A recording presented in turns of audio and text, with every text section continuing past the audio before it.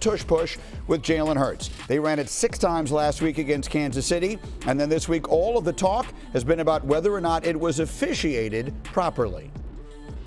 They push, they shove, he's in! They did it again! This play is unstoppable. Everybody know what's coming! Good job! It don't matter! The false start thing, that thing is going to happen whether it's a tush push or a regular quarterback sneak. It's not the reason why we lost the game. I think it's incredibly disrespectful to our defense who balled out. I think it's bullcrap. It's an exciting play. How much people debate it, how much people discuss it. It certainly is one of the big storylines. Sal Paolantonio in Philadelphia for us, as always. Sal, how are both teams approaching the tush push today? Well, Michael, let me take you behind the scenes of what happened this week. So first, the Rams complained to the league and showed them the no call on the false starts. And then Ramon George, the new VP for officiating, sends out the training tape to all 32 clubs and says, listen, we've got to call this tight. Tells it clubs that, tells the officials that. Brad Rogers is the official today for this game against the Philadelphia Eagles and the Los Angeles Rams. And Brad Rogers called 4 false starts in his only other game that he refereed. That was Washington and Green Bay on the Thursday night game. There will be a replay official and replay assistant. It is up to the down judge and the line judge to call false starts in close circumstances like this. But as Troy Vincent reminded me in an email last night, he's the, of course, VP of game operations. He said, you know, the booth and the game day operations in New York cannot throw a flag on the field. So it's up to Brad Rogers and his officiating crew. And the Eagles absolutely love this. As Adam Schefter said, it's unstoppable. The Eagles have scored touchdowns 34 times on tush push since 2022. That's 238 points just from that one play. Last year, the New York Giants in their season had 273 points. So it's been a very powerful weapon, not only on the football field, but psychologically. Teams know it's coming and they can't stop it. And the frustration is bubbling to the surface, as you saw last week. Chris Jones, out of his mind. They ran it 7 times. Frankie Luvo, right behind me in the end zone, jumping over the pile to where Sean Hockley has to say on national TV, you do it one more time, we're giving the Eagles a touchdown. And the Eagles know that teams are spending time practicing to stop the play. That takes them away from other practice time, doing other things to stop the Eagles offensively and defensively. So they like the spot that they're in with this play, Michael. All right, Sal, we'll be with you all day long. Obviously, a lot of other storylines in that game as well, but this is the one everyone is talking about. Shefty, fill in any blanks that there may be here. Well, there's a lot of conversation about how this play is going to go away. We even heard Jason Kelce say this will be the last year that he expects it to be gone. But in speaking to people around the league this week, they insist that there are no assurances that this is going to have a vote done in the offseason. They need an author to champion a proposal. They don't have an author right now. Mark Murphy did it last year for the Green Bay Packers. And again, he's retired. So you're going to need a team to introduce that. None of that has happened.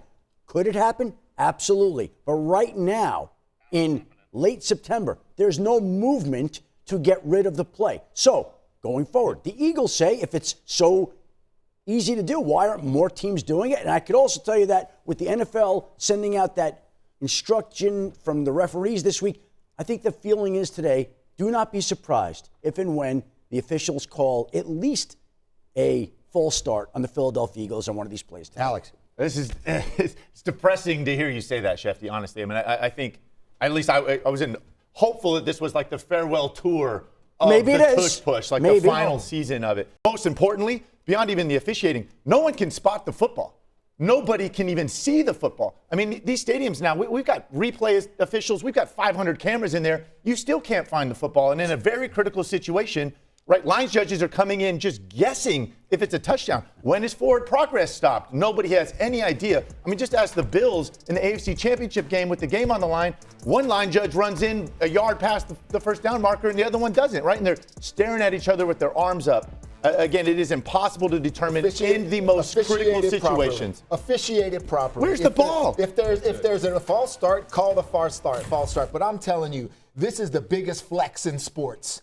I'm telling you, because the Eagles, everyone in the stadium knows, the team knows, they prepare it, and they still can do it. It's an advantage because their players are tougher. The essence of football is violence, all right? It's pushing someone out of the way.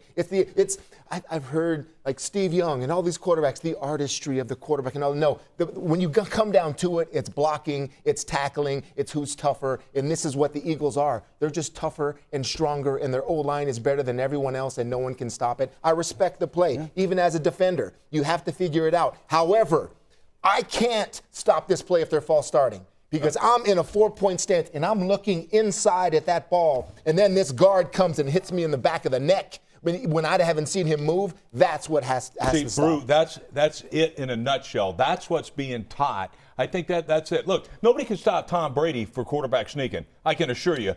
For 100 years. Tom Brady had no athletics. Right. He couldn't squat 200 pounds. It doesn't matter.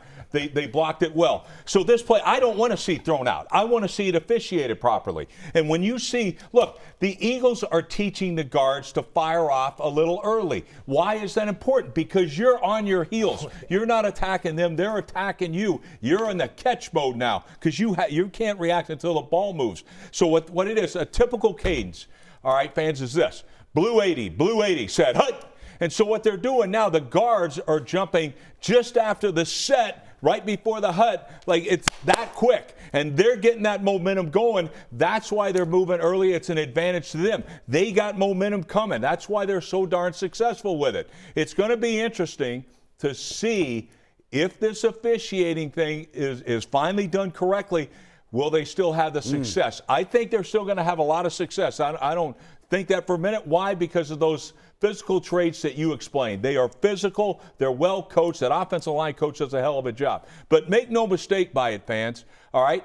Tom Brady, you can look at the numbers. Back in New England, back when I called a timeout against that stupid undefeated team, right? Okay, by the way, we stopped them. We stopped them again, another play. On defense, you're allowed to make a damn play. All right, shut up, quit making excuses, make a play. Bend those dang elbows, get a guy behind him, and roll your damn guys through there. Let's go. Yeah, I think today in this game, the microscopic lens will be on the officiating and the tush push. I think me going forward, will they still keep the same officiating going down the road. Like you said, late in the game is when Philadelphia's tush push really hurt teams. I just want to see later in the season, are we still keeping the same rules as how we're going to officiate that play? Last thing here on this note. Listen, this was pushing the runner forever was illegal, right? So this isn't something that's been around in football for a long, long time. And to the Brady note, listen, Tom Brady was great at QB sneaking because he only did it in optimal looks. They were an offense that had double calls. So if you put a bunch of big guys in there, they handed the ball off outside and had to take risk in handing the ball off 4 yards deep. It's different with Eagles. They do not care what you line up in because they take all of these advantages, right? There is no more neutral zone, by the way. We've just lined up on the football. What happened to the neutral zone? We don't enforce that anymore. And then obviously even jumping the count. So listen, it's hard to watch, but certainly there's a lot at play here.